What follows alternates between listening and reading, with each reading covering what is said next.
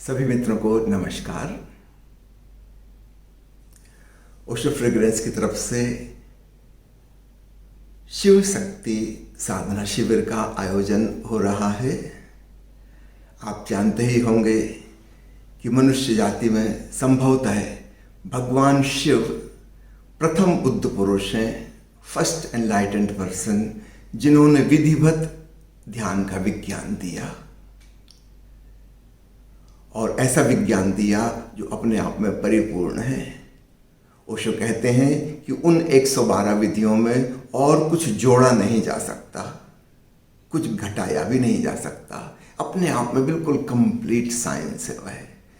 इन 112 विधियों को जिस ग्रंथ में संकलित किया गया है उसका नाम है विज्ञान भैरव तंत्र। आश्चर्य की बात है, हमारे देश में भगवान शिव के जहाँ करोड़ों करोड़ों पुजारी हैं, वहाँ विज्ञान भैरव तंत्र का इस ग्रंथ का नाम भी लोग नहीं जानते, जबकि अध्यात्म का सार सूत्र इसमें समाया हुआ है। देवी पार्वती ने प्रश्न पूछा और भगवान शिव ने उत्तर दिए, और उत्तर में कोई बौद्धिक मीमांसा नहीं की, तार्किक विवेचन नहीं की, कोई विश्लेषण नहीं किया। सीधी सीधी विधियां कहीं और बड़े संक्षेप में, एक लाइन की, कहीं कहीं तो आधी पंक्ति की विधि। कुल 112 विधियां हैं। हम चाहें तो सिर्फ एक पेज कागज पर सारी की सारी लिख सकते हैं, इतना छोटा यह ग्रंथ है। लेकिन जब सद्गुरु ओशो ने इसकी विवेचना की, बड़े विस्तार से, लगभग 125 घंटे में उन्होंने 80 प्रवचन दिए। अंग्रेजी में उस किताब का शीर्षक उन्होंने रखा the book of the secrets, रहस्यों की किताब। बाद में हिंदी में भी इसका अनुवाद प्रकाशित हुआ है तंत्र सूत्र के नाम से। ये विधियां अद्भुत हैं। योग की साधना से बिल्कुल भिन्न है तंत्र की साधना। इसमें बाहर से तो किसी को पता ही नहीं चलेगा कि आप कुछ कर रहे हैं, भीतर ही भीतर सारा मामला है। कुछ विधियां तो ऐसी लगेंगी कि कल्पना की विधियां हैं, कुछ रियल एक्शन, कोई एक्टिविटी तो उसमें है नहीं, सिर्फ भाव, सिर्फ कल्पना, सिर्फ भावना। और आश्चर्य की बात है, ये चमत्कारी विधियां हैं। यदि आपने वह कल्पना भी कर ली तो आप परम सत्य को पा सकेंगे। सुनने में यह बात भले ही अजीब लगे कि काल्पनिक विधि कैसे काम करेगी, उसका कारण भी आपको बता दूं, बड़ा मजेदार है। यदि बीमारी हमारी काल्पनिक है तो औषधि भी उसकी काल्पनिक हो सकती है। कोई सचमुच की दवाई ले भी मत लेना।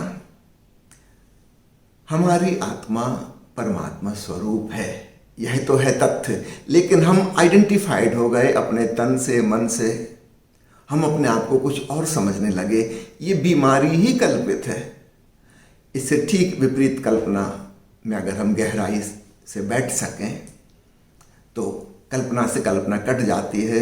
जैसे कांटे से कांटा हम निकाल सकते हैं, फिर दोनों कांटे व्यर्थ हो जाते हैं। तो विज्ञान भैरव तंत्र अद्भुत ग्रंथ है इस मामले में।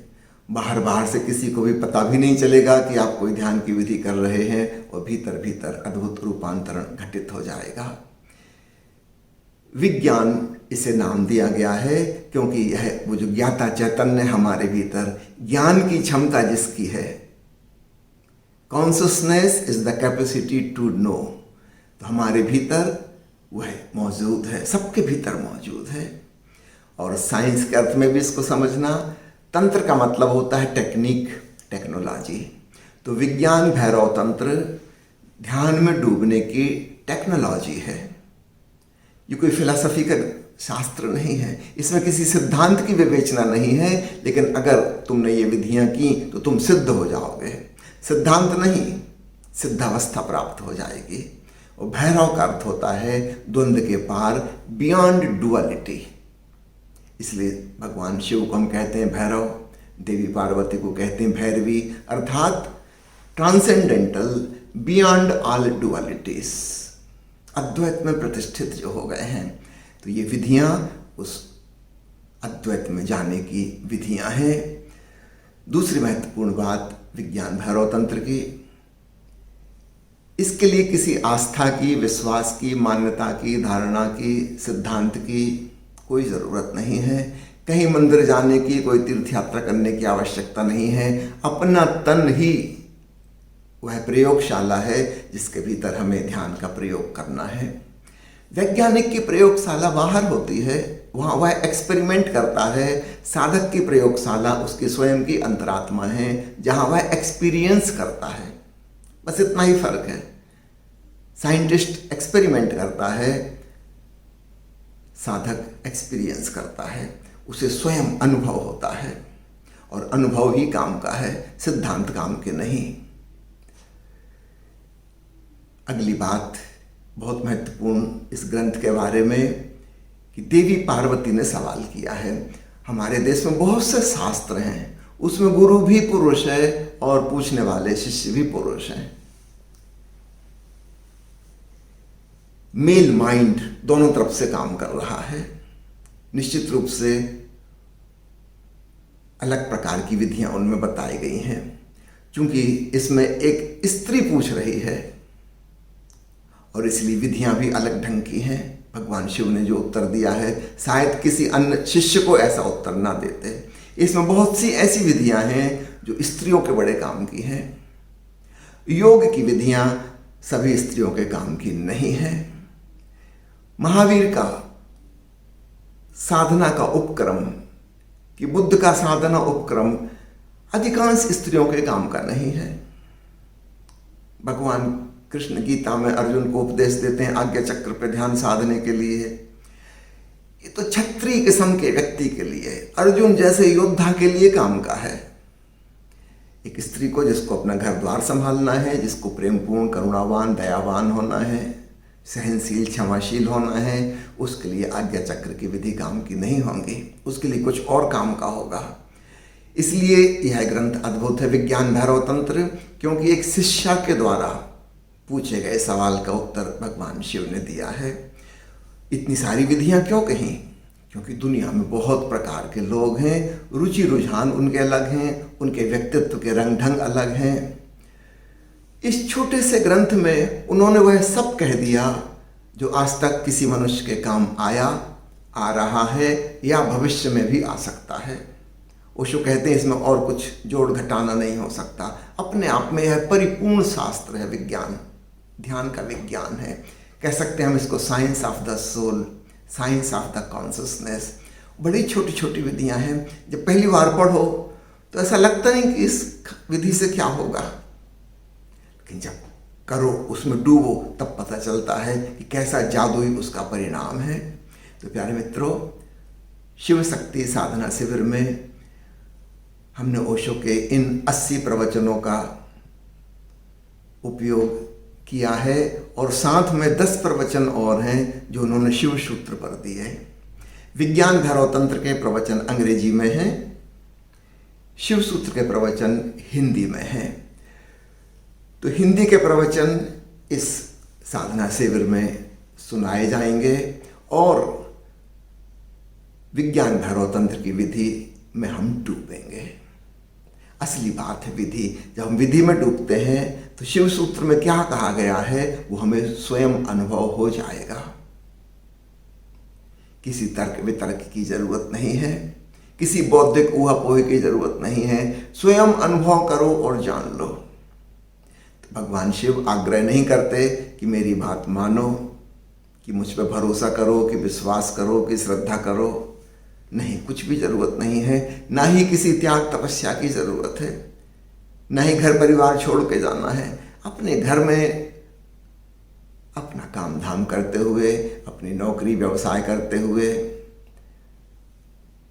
घंटा आधा घंटा ध्यान को समर्पित कर दो और बात बन जाएगी।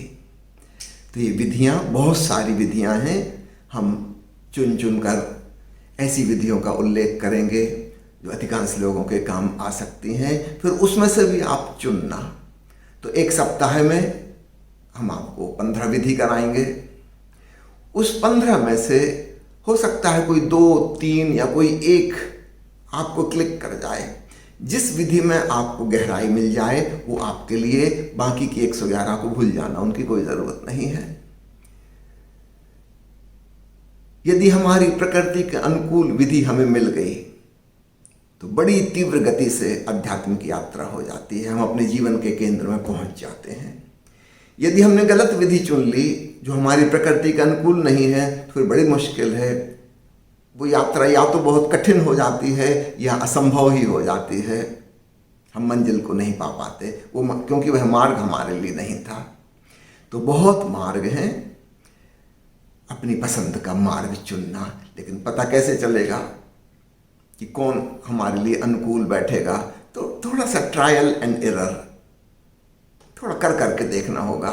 तो हम एक सप्ताह में आपको जो 15 विधि समझाएंगे, आप फिर उसके बाद 3-3 दिन एक एक विधि को करना। 3 दिन में समझ में आ जाता है।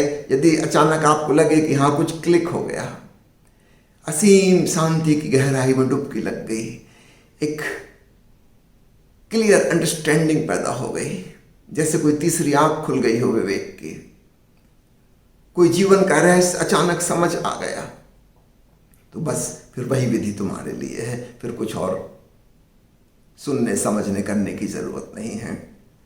यदि 3 दिन में ऐसा ना हो, फिर नेक्स्ट विधि अपनाना। तो थोड़े से प्रयोग करके देखना होगा, आपको प्रयोग धर्मी बनना होगा। जैसे वैज्ञानिक कई कई भांति के प्रयोग करता है, हाँ किसी एक प्रयोग में सफलता मिल जाती है, सफलता मिल गई, बात खत्म हो गई। तो इस विधि से आप इसको लेना। तो शिव शक्ति साधना शिविर में 7 दिन हम शिव सूत्र प्रवचन माला के व्याख्यान सुनेंगे और विज्ञान भैरव तंत्र की विधि करेंगे। चूँकि अधिकांश मित्र जो हमारे दर्शक हैं, श्रोता हैं, उनको अंग्रेजी नहीं आती, इसलिए विज्ञान भैरव तंत्र की विधि का प्रवचन नहीं सुनाएंगे। मैं संक्षेप में हिंदी में बता दूंगा और उसका हम प्रयोग करेंगे। शायद आपको पता हो, विज्ञान भैरव तंत्र पर 112 एपिसोड आस्था चैनल पर हम पहले भी प्रसारित कर चुके हैं। पुरानी बात हो गई, करीब 8-10 साल पहले, जिसमें मैंने वह विधि समझाई है और माँ अमृत प्रिया जी ने वह विधि प्रायोगिक रूप से प्रैक्टिकली कराई है। तो एक प्रकार से फिर दोबारा, क्योंकि 10 साल पहले की वह बात हो गई, बहुत से मित्र नए जुड़ गए, हजारों मित्र जुड़ गए और उम्मीद है इसमें करीब 1000 से भी ज़्यादा मित्र भाग लेंगे। तो अधिकांश लोगों के लिए चीज़ बिल्कुल नई होगी।